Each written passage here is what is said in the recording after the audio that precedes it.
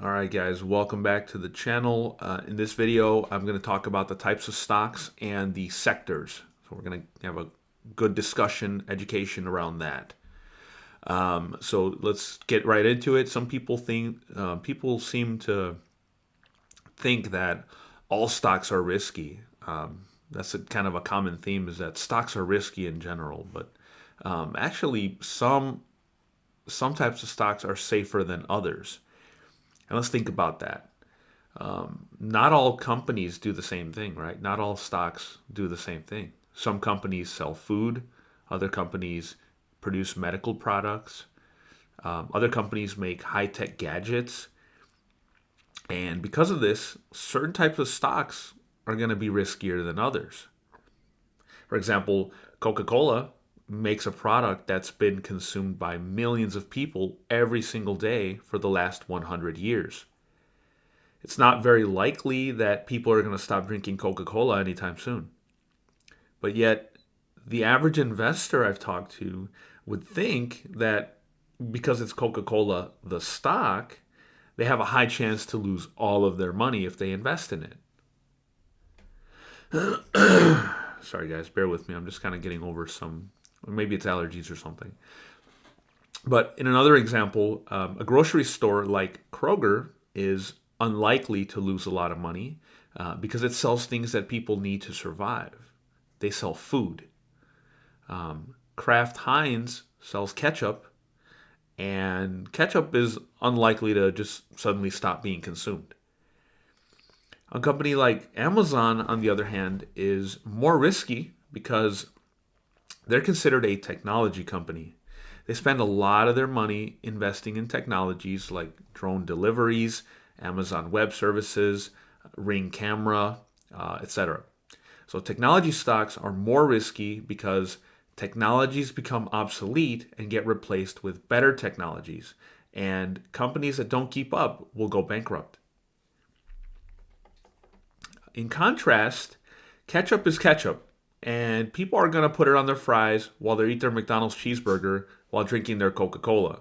Some things are just very slow to evolve. Let's talk about the sectors. The companies I just talked about in the previous slide fall into categories called sectors of the economy. Let's talk about the different sectors from the riskiest to the safest. So let's talk about technology first. So as you could see in the previous slide, I ranked them here, okay? So technology is the riskiest, followed by financial, the second riskiest, and then we go down all the way till utilities and consumer staples are the safest sectors of the economy. So now in the next slide, let's go ahead and discuss these one by one.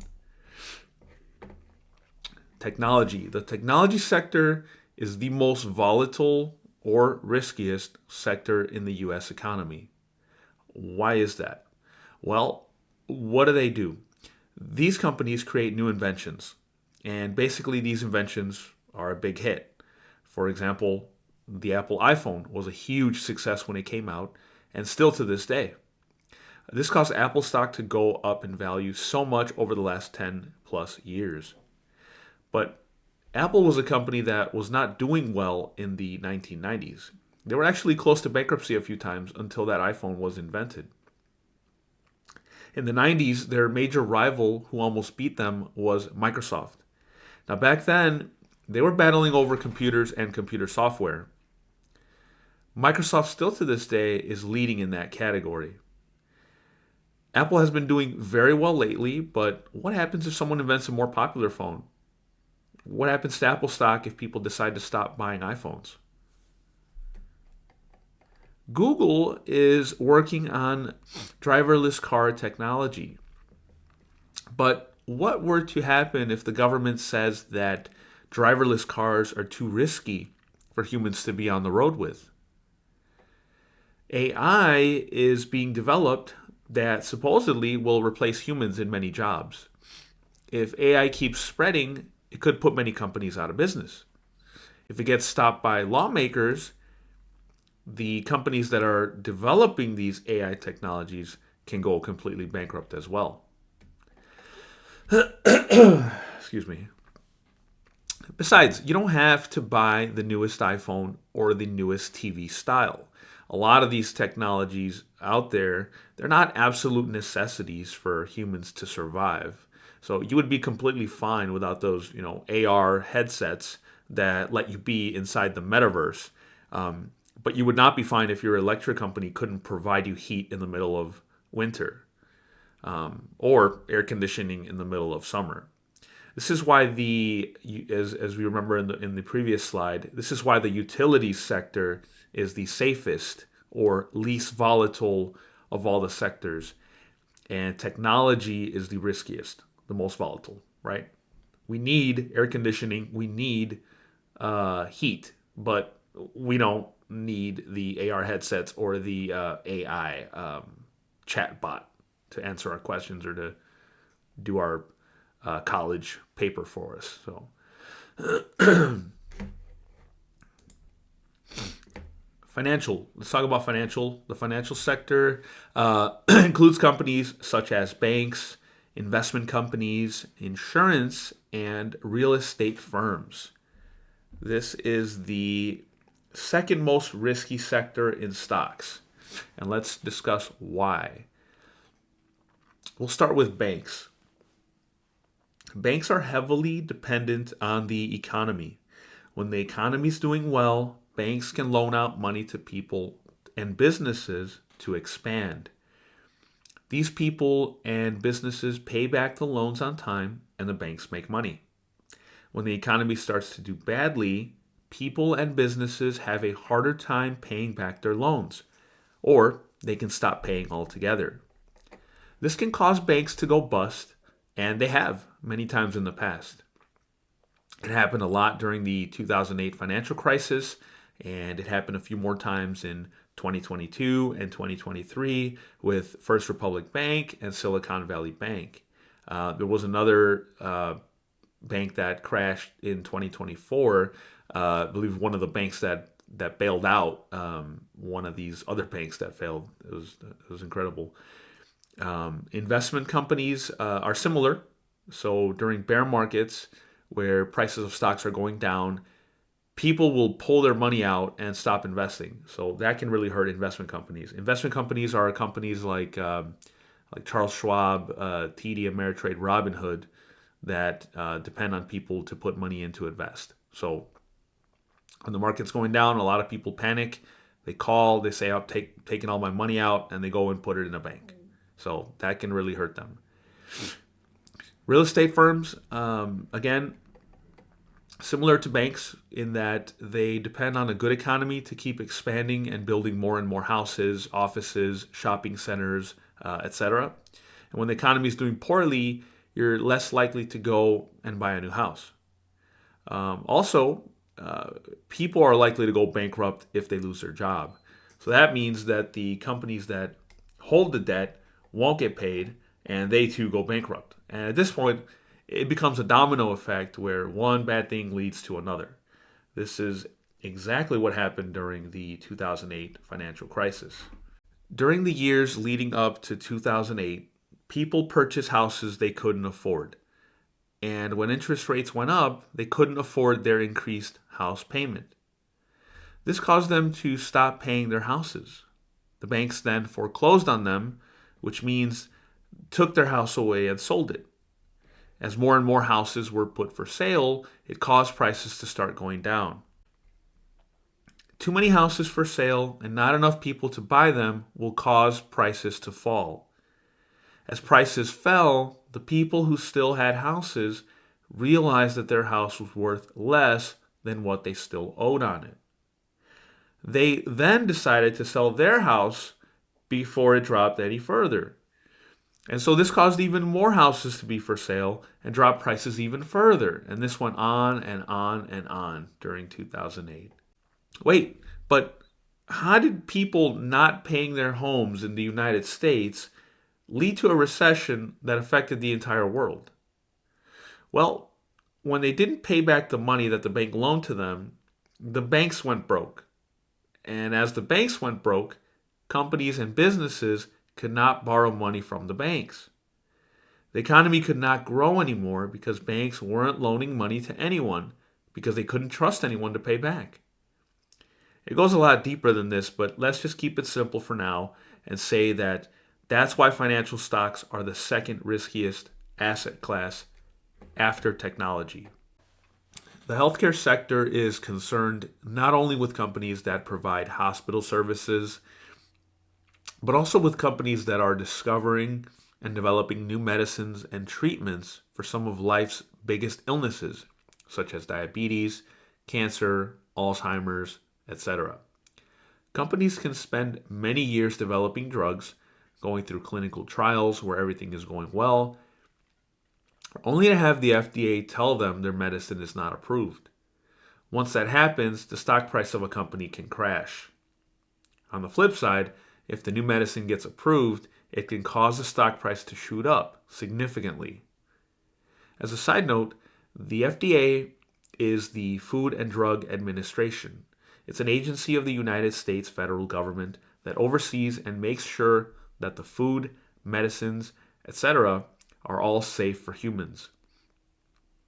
Every country may have an agency like this, so similar healthcare stocks in other countries could act the same way depending if that agency says that their medicine is approved or not. For example, Mexico has what's called a Secretary of Health Department that has similar functions to the FDA. Consumer discretionary includes non-essential things like clothes, entertainment, cars, and travel. Basically, when times are good, you take more vacations, you buy that car you wanted, and you go out to fancy steakhouses where that guy with the weird glasses throws the salt from his elbow or something like that. But when you get laid off from your job or they give you less hours, suddenly you can just keep fixing your car and instead of buying the new one, or you just go on a small road trip instead of the expensive vacation to Europe. The consumer discretionary category is very sensitive to how the economy is performing.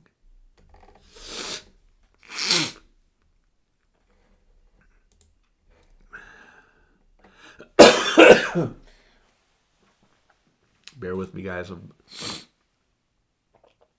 under the weather, but I'm getting through it.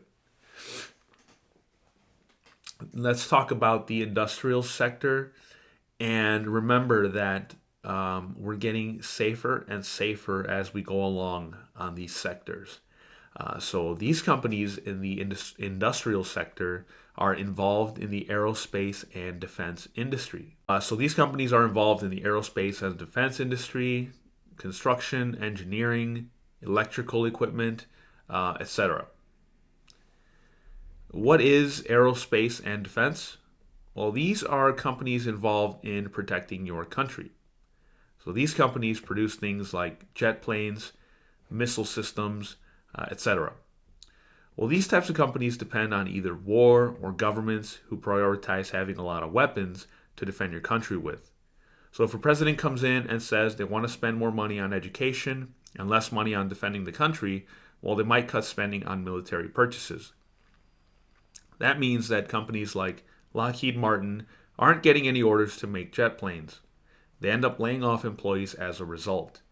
On the reverse side, when Palestine and Israel had a conflict in October of 2023, stocks involved in war, like Lockheed Martin, went up in price immediately. What about construction? Well, if the economy is doing well, you see construction companies out there blocking your traffic, making you late to work, building houses, fixing roads, etc. When the economy isn't doing well, no one's building new houses, no one's fixing roads, and no one's building new skyscrapers. Why? Well, because they can't make a profit on it. Why would a company build new houses if they couldn't make a profit on it? Why would they build new houses if no one can afford to buy a house right now? It wouldn't make financial sense for them. Materials. A materials sector. These are companies involved in the discovery of oil, development of raw materials, mining, metal refining, chemical products, forestry, glass, paper, you name it. So let's talk about this.